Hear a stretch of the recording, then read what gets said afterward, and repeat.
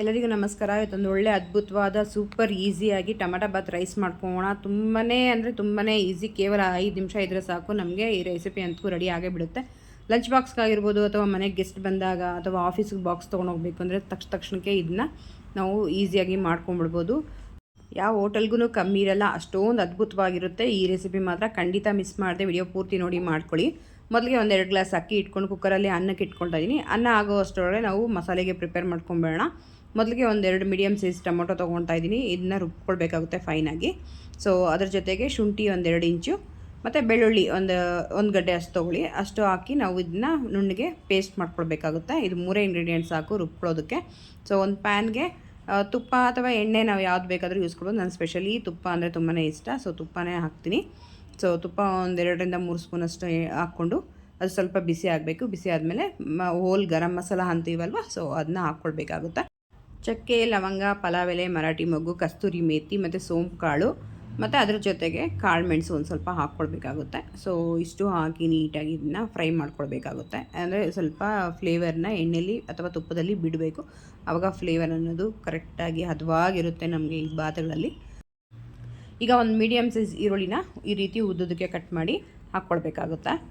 ಈರುಳ್ಳಿ ಜಾಸ್ತಿನೂ ಬೇಡ, ಕಮ್ಮಿನೂ ಬೇಡ, ಇಷ್ಟ ಆದರೆ ಸಾಕಾಗುತ್ತೆ. 2 ಗ್ಲಾಸ್ ಅಕ್ಕಿಗೆ. ಮತ್ತು 1 ಹಸಿಮೆಣ್ಸಿಕಾಯಿ ಉದ್ದುದ ಸೀಳಿ ಹಾಕೋಣ. ಖಾರಕ್ಕೆಲ್ಲ ಸುಮ್ಮನೆ ಟೇಸ್ಟಿಗಷ್ಟೇ ಅದು ಹಾಕ್ಕೊಳ್ಳೋದು. ಟೊಮೆಟೊ ಬಾತ್ ಅಂದರೆ ಟೊಮೆಟೊ ಇಲ್ಲಾಂದರೆ ಚೆನ್ನಾಗಿರಲ್ಲ. ಸೊ 2 ಪೀಸ್ ಹಾಕ್ಕೊಂಡಿದ್ದೀನಿ. ಸೊ ಇಷ್ಟ ಇದ್ದರೆ ಹಾಕ್ಕೊಳ್ಳಿ, ಇಲ್ಲಾಂದರೆ ಬೇಡ, ಸ್ಕಿಪ್ ಮಾಡ್ಕೊಳ್ಬೋದು.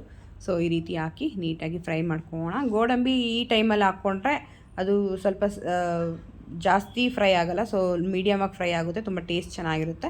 ಸೊ ಏನು ನಾವು ಮಸಾಲೆ ರುಬ್ಕೊಂಡಿದ್ದೀವಿ ಅದನ್ನ ಹಾಕಿ ಸ್ವಲ್ಪ ನೀರು ಹಾಕೋಣ. ಒಂದು ಚಿಕ್ಕ ಗ್ಲಾಸಲ್ಲಷ್ಟು ನೀರು ಮಿಕ್ಸಿಗೆ ಹಾಕಿ ಆ ನೀರನ್ನೇ ಸಹ ಇಲ್ಲಿ ಬಳಸ್ಕೊಳ್ಳೋಣ. ಖಾರಕ್ಕೆ ತಕ್ಕಷ್ಟು ಅಚ್ಚ ಪುಡಿನ ಹಾಕ್ಕೊಳ್ಳಿ. ಸೊ ಅರಿಶಿನ ಪುಡಿ 1/4 ಟೇಬಲ್ ಸ್ಪೂನಷ್ಟು ಹಾಕ್ಕೊಳ್ಳೋಣ. ಮತ್ತು ಧನಿಯಾ ಪುಡಿ 1/2 ಟೇಬಲ್ ಸ್ಪೂನಷ್ಟು ಹಾಕ್ಕೊಳ್ಳಿ. ತುಂಬ ಚೆನ್ನಾಗಿರುತ್ತೆ ಧನಿಯಾ ಪುಡಿ ಫ್ಲೇವರ್ ಅಂತೂ. ಸೊ ಇಲ್ಲಿ ನಾನು ಬಿರಿಯಾನಿ ಪೌಡರ್ನ ಬಳಸ್ತಾ ಇದ್ದೀನಿ. ಬಿರಿಯಾನಿ ಪೌಡರ್ ರೆಸಿಪಿ ಬೇಕು ಅಂದರೆ ಕಮೆಂಟ್ ಮಾಡಿ, ನೆಕ್ಸ್ಟ್ ರೆಸಿಪಿಲಿ ತೋರಿಸ್ತೀನಿ.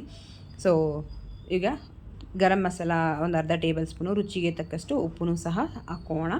ಇದನ್ನ ನೀಟಾಗಿ ನಾವು ಉಪ್ಪನ್ನು ಅಡ್ಜಸ್ಟ್ ಮಾಡ್ಕೊಳ್ಬೇಕಾಗುತ್ತೆ. ಕನ್ಸಿಸ್ಟೆನ್ಸಿ ಅನ್ನಕ್ಕೂ ಹಾಕಿರ್ತೀವಿ, ಸೊ ಮಸಾಲೆಗೆ ನೋಡ್ಕೊಂಡು ಹಾಕ್ಕೊಳ್ಳಿ. ಎಲ್ಲ ಮಸಾಲೆ ಹಾಕಿ ಈ ರೀತಿ ಮಿಕ್ಸ್ ಮಾಡ್ಕೊಳ್ಬೇಕಾಗುತ್ತೆ. ಅದು ನೀರಿನಂಶ ಹೋಗಿ ಎಣ್ಣೆ ಬಿಡಬೇಕು. ಆ ಟೈಮಲ್ಲಿ ಕೊತ್ತಂಬರಿ ಸೊಪ್ಪು ಸ್ವಲ್ಪ ಹಾಕಿ ಇದನ್ನ ಸ್ವಲ್ಪ ಕೈ ಆಡಿಸೋಣ. ಎಲ್ಲ ನೀಟಾಗಿ ಎಣ್ಣೆ ಬಿಡಬೇಕು, ಆವಾಗ ತುಂಬ ಟೇಸ್ಟ್ ಚೆನ್ನಾಗಿರುತ್ತೆ. ಕರ್ಬೇವಿನ ಸೊಪ್ಪು 4-5 ಎಲೆ ಹಾಕ್ಕೊಂಡಿದ್ದೀನಿ. ಟೇಸ್ಟ್ ಚೆನ್ನಾಗಿರುತ್ತೆ ಲಾಸ್ಟಲ್ಲಿ ಹಾಕಿದ್ರೆ. ಸೊ ಅದು ಗ್ರೀನಿನೆಸ್ ಕೂಡ ಹಾಗೆ ಇರುತ್ತೆ ಊಟ ಮಾಡೋವಾಗ. ಸೊ ಹಾಕ್ಕೊಳ್ಳಿ. ಸೊ ಈ ರೀತಿ ನೀಟಾಗಿ ಫ್ರೈ ಮಾಡ್ಕೊಳ್ಬೇಕಾಗುತ್ತೆ. ಎಣ್ಣೆ ಎಲ್ಲ ಬಿಡಬೇಕು. ಈ ಟೈಮಲ್ಲಿ ನಾವು ರೈಸ್ನ ಆ್ಯಡ್ ಮಾಡ್ಕೊಳ್ಬೇಕಾಗುತ್ತೆ. ನೀರಿನ ಅಂಶ ಇರಬಾರ್ದು. ಯಾವಾಗಲೂ ಈ ರೀತಿ ಡ್ರೈ ಆದಮೇಲೆ ಮಾತ್ರ ಅನ್ನ ಹಾಕ್ಕೊಳ್ಳಿ. ಸೊ ನೋಡಿ, ನಾನು 1-2 ಗ್ಲಾಸಷ್ಟು ಅಕ್ಕಿ ಹಾಕ್ಕೊಂಡಿದ್ದೆ. ಆರಾಮ್ಸೆ ಇದು 3-4 ಜನ ಆರಾಮ್ಸೆ ಊಟ ಮಾಡ್ಬೋದು. ಬ್ಯಾಚುಲರ್ಸು ಸಹ ಈಸಿಯಾಗಿ ಮಾಡ್ಕೊಳ್ಬೋದು. ನೋಡಿ ಈ ರೀತಿ 1-2 ನಿಮಿಷ ಪ್ಲೇಟ್ ಮುಚ್ಚಿಟ್ರೆ ಸಾಕು. ಒಮ್ಮೆಗೆಲ್ಲ ನೀಟಾಗಿ ಮಿಕ್ಸ್ ಮಾಡಿ ಕರೆಕ್ಟಾಗಿ ಆ ಏನು ತೇವಾಂಶ ಅಥವಾ ನೀರಿನ ಅಂಶ ಇರುತ್ತೆ ನೀಟಾಗಿ ಅನ್ನಕ್ಕೆ ಅಬ್ಸರ್ವ್ ಮಾಡ್ಕೊಳ್ಳುತ್ತೆ.